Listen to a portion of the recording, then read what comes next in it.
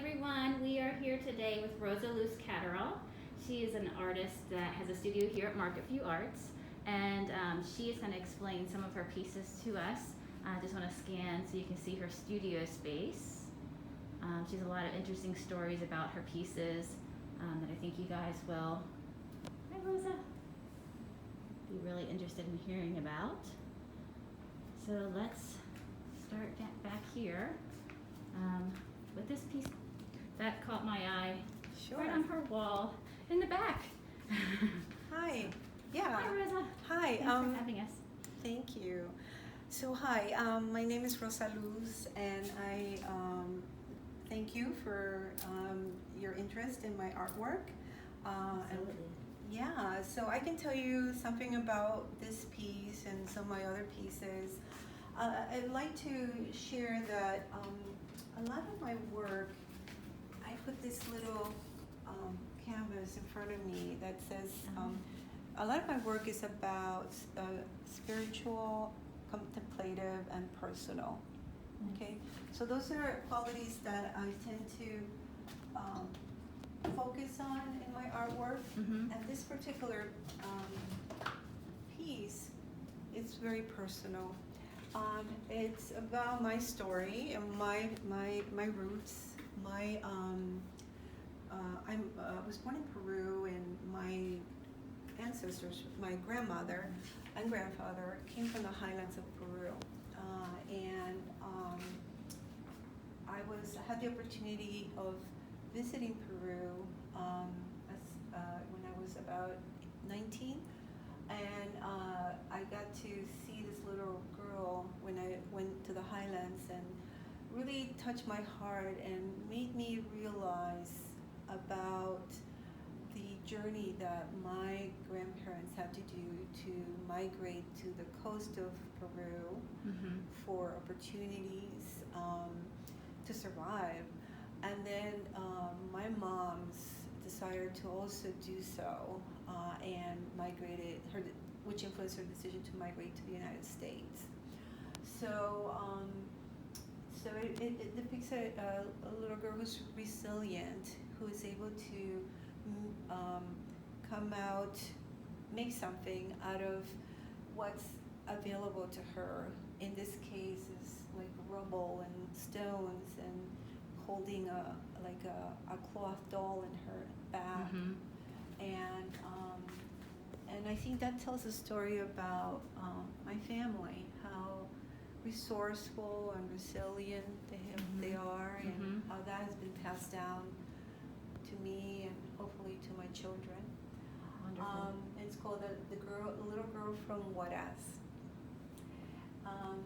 And that was one of your first paintings. Was that your first Yes, painting? actually, yeah, that was my first painting, and it's my reminder to always keep that close to my heart in everything I do as an artist, as an art therapist.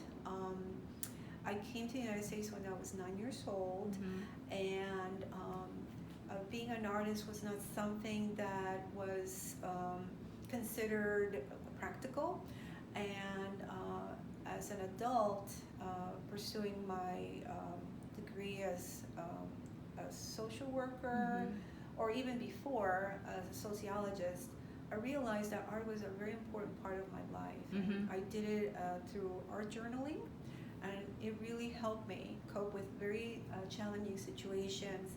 And as I moved in my life and married, I was able to tap into that art, and through the help of wonderful organizations like the York Art Association, Creative York, at Marketview Arts, I've been able to create art that is, very important to me. Great. Let's see what we can do. Would you like me to talk about this one? Yeah, Okay. that kind of relates to you being an art therapist. Oh yes, absolutely. Yeah, I work as an independent contractor, as an art therapist, and I work through Dauphin County, York County, and I facilitate groups. I also work with individuals. I have a lot of experience working with survivors of trauma. So art is a very important tool, I guess, to be able to use in being able to express experiences, feelings, situations that cannot be put into words. Mm-hmm. So, because of circumstances that we're in today, COVID-19, as of March, my world really changed. I found myself staying at home because of all my jobs. It wasn't conducive for me to, or safe to go to work, to do the groups on site. And then Marketview also was closed since it's part of your college. So I was at home and really assumed the role of a mother, a caregiver, making sure everybody was safe, Mm-hmm. and doing a lot of art journaling, but not doing a lot of artwork. A colleague approached me about being able to do YouTubes for the community. I invited some friends, colleagues of mine, to do art for the Mm-hmm. community. And one project that I did was called Expressive Hands, where you would use everyday objects like paper towels, napkins, shoebox, paper bags, anything that recyclable paper. Trace your hand and tend to think about things that are qualities in them that they're are aware, especially today, to be able to recognize them and honor them through their art, and just to be able to create those hands and decorate them, or express in their own unique way. I chose to use growth, support, faith, love, hope, peace, art, and calmness.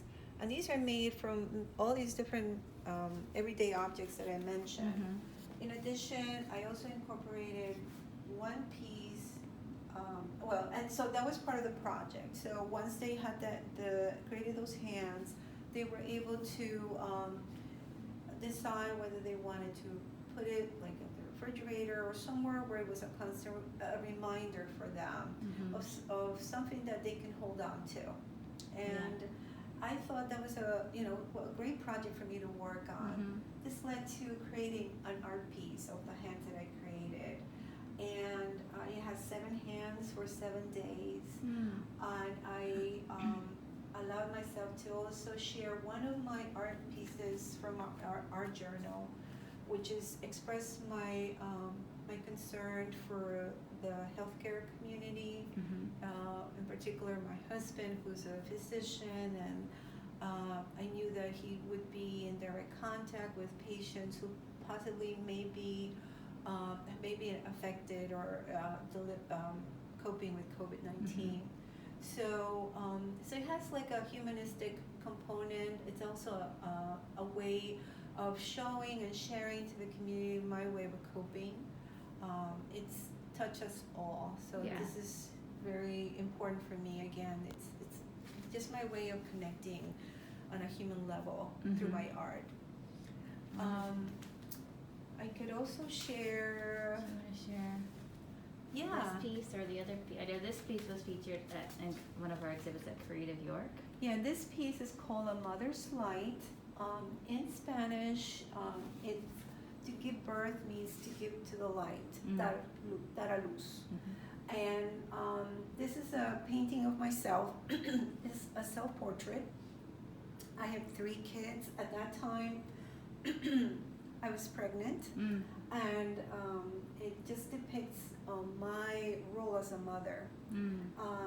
It's a very important piece because it really highlights, a very important role in my life, and Yeah. how that has really given me so much wisdom and source of inspiration in the work I do as an artist or art therapist. I think there's an important role of being able to provide support and provide Mhm. safety and Yes. and warmth and hope. So and the light that is needed in any of the work that I do. And Mhm. I think that this painting was about just kind of sharing that light and showing it again in a way that honors it in my own life. Very nice.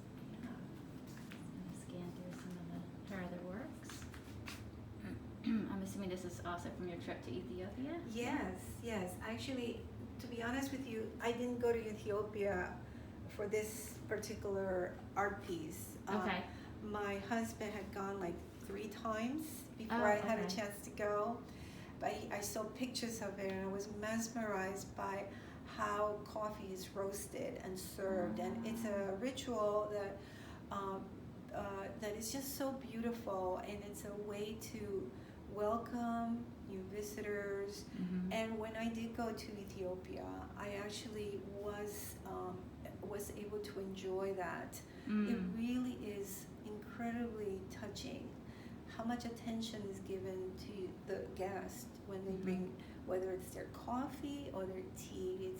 It's very simple, but yet so warm and so loving, and it's almost like a dance that they do. And how the movement of being able to prepare the tea or the coffee and the aroma that is all part of it. Nice. Yes.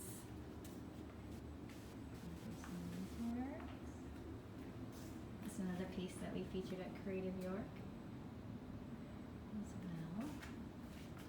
We'll go on outside here. Outside of her studio, she has some works as well. Then over here, this piece caught my eye. Rosa, do you want to talk a little bit about Yes, this absolutely. piece here? So this is called Children Creating. This was on a mission trip to Guatemala.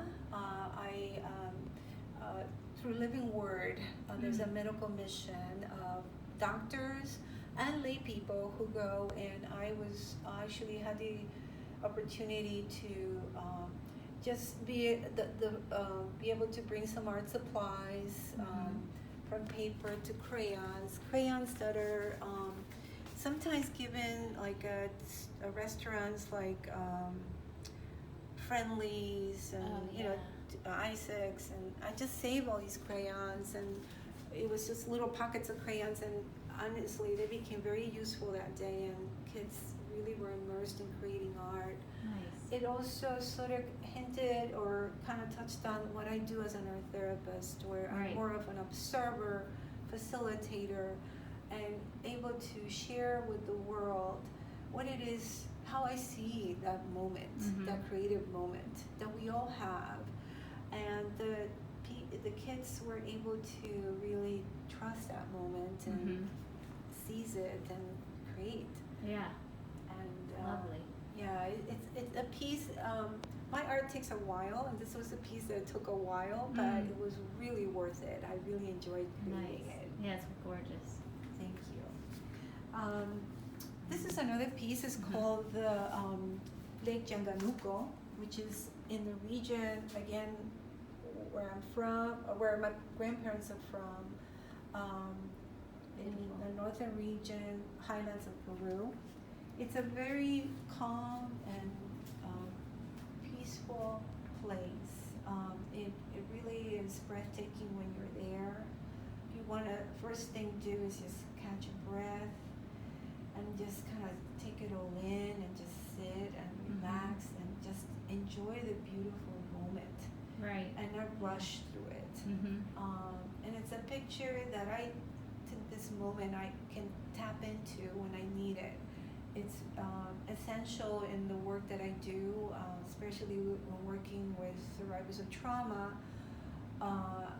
There is importance in being able to provide that calmness, that serenity that sometimes is not found in the head or internally.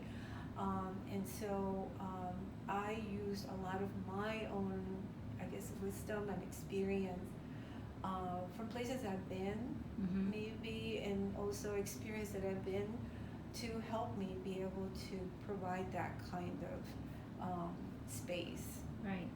It's lovely.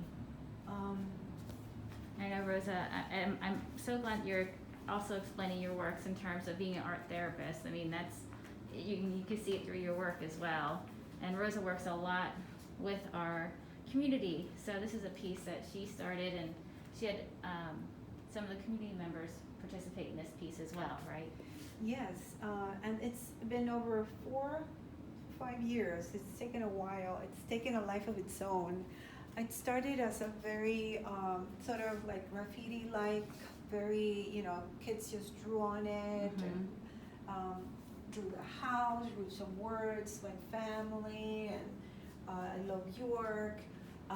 Over time, I relocated to different studios, and these two young men came and decided that they wanted to work on this piece and add their own words. And so I let them, but I also told them I would take a picture and paint them. So I did that, and I brought that in. And then I love to do plein air in the community, and I included myself. And then just family neighbors, which is, part of what Creative York does, the art in the park, and just being able to connect with people on a human level. And then with the 10,000 Acts of Kindness, there was this beautiful imagery of people holding hands, going to the powwow. I integrated that. So it's kind of taking a life of its own. Yeah. And but what I want people to see is that there's action, there's creativity, and that there are important things that are happening in York, like education and housing and creativity. Right. All around. All around. That's wonderful. Yeah. Well, Rosa, thank you for showing us your studio space and taking the time to let us come in.